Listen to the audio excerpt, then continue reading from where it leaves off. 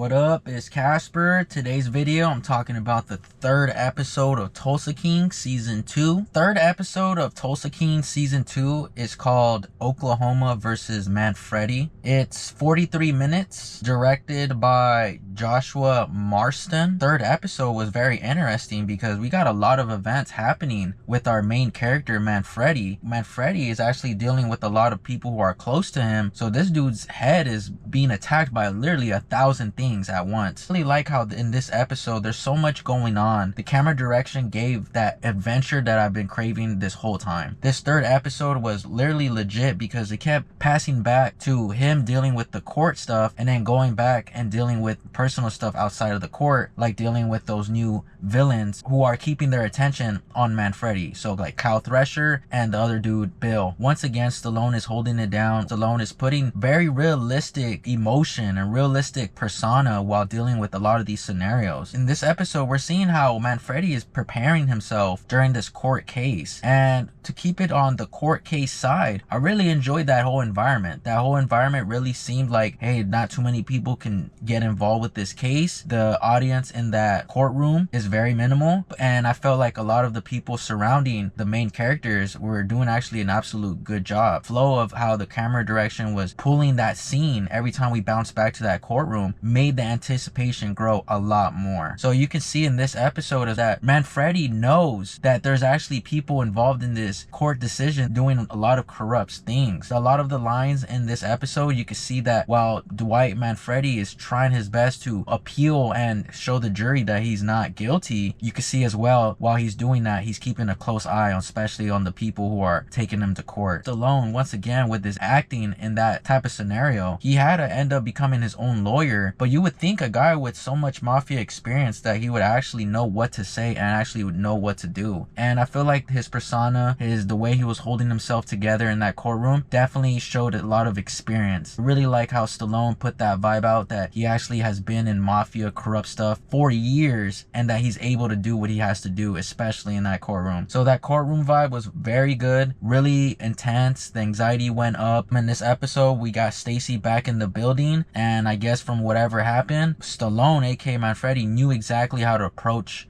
her on the witness stand. The actress who plays Stacy did a good job on just knowing, like, I can't really do much in this scenario anymore. A lot of corruption, mind games in that scene, and I really enjoyed that, and I really liked the whole flow of it. You see a lot of characters in here get their screen time. With Bodie as well in this episode, we're seeing Bodie actually say really funny lines. So I really enjoyed Bodie's character in this third episode. More lines and more of that vibe that he gave us from the first season, where he's just literally there just to be there. A lot of the lines that he puts out, shout out for the writing, because Bodie is doing a great job, still is holding it up, and really enjoy his character in this episode. Armand and Goody, there's a lot of people on Stallone's side out of nowhere kind of turning their back. So it's like a preparation, like, yo, what is going on in this story now? Now we're seeing personal people close to Manfredi kind of turning on him. One of those things like, whoa, what's going to end up happening? We're getting a lot of interesting points putting into the show now, especially with people that we know who are on Manfredi's side. You kind of want Armand to go back with his wife. His wife shows up in this third episode, and you're just like, oh man, it sucks for him, whatever he's dealing with. Goody ends up putting himself in positions where you're like, yo, is he about to cross Manfredi? That's the first half of this episode. The second half, we actually start to deal with Goody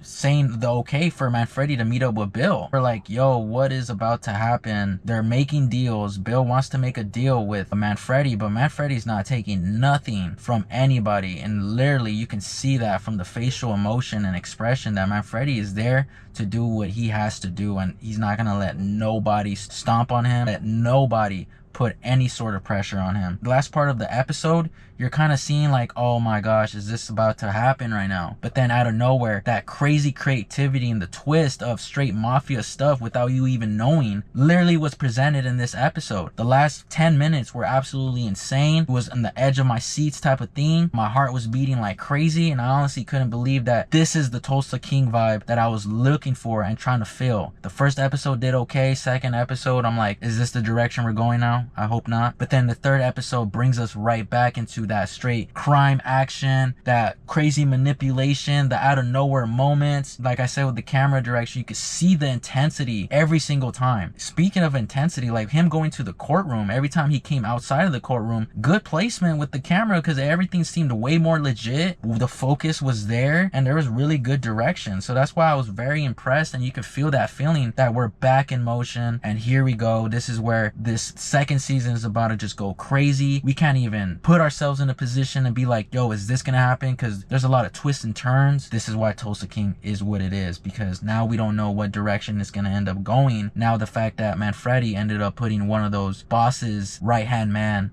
down. Very insane how the episode ended up ending. This third episode was easily my favorite of the season so far, and very impressed. This is like a Stallone takeover episode for me personally. They're dealing with him in court and then end up dealing with, you know, Bill later throughout the episode. We got Chicky as well in here. You can see as well, like there's a build-up happening with Chicky. So with Chicky, we're still trying to figure out what he's gonna end up dealing with. Stacy ends up leaving. Now you're seeing like characters being more involved. Tyson's still in the building, and really cool to see Tyson's dad get some screen time as well. You know, he's back from the last season. He was one of my standouts from the last season, just being a dad for Tyson. And it's crazy that we actually know now that the whole family knows what Tyson is dealing with. So that's why we're getting more in-depth feel into people's personal lives. We can feel the emotion that a lot of these actors are trying to hide, and that's why I'm good acting from everybody in this episode. I really enjoyed it, from the villains, Tyson. Obviously Stallone took this is Stallone's episode, from being in the courtroom and then dealing with people who are against him. The writing was phenomenal, and I really enjoyed the music score in the background for this episode. It brought me back to,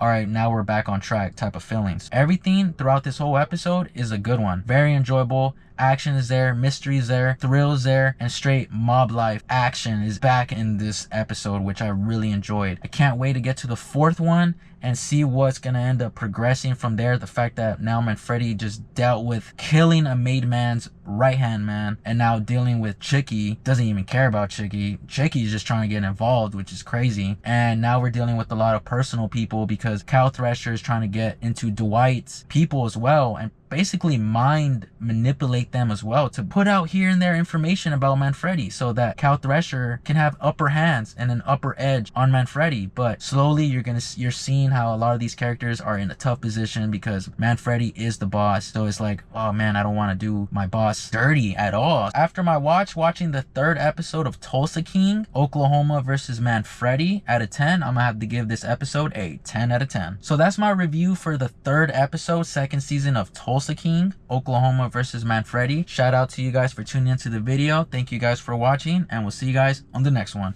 Peace, y'all.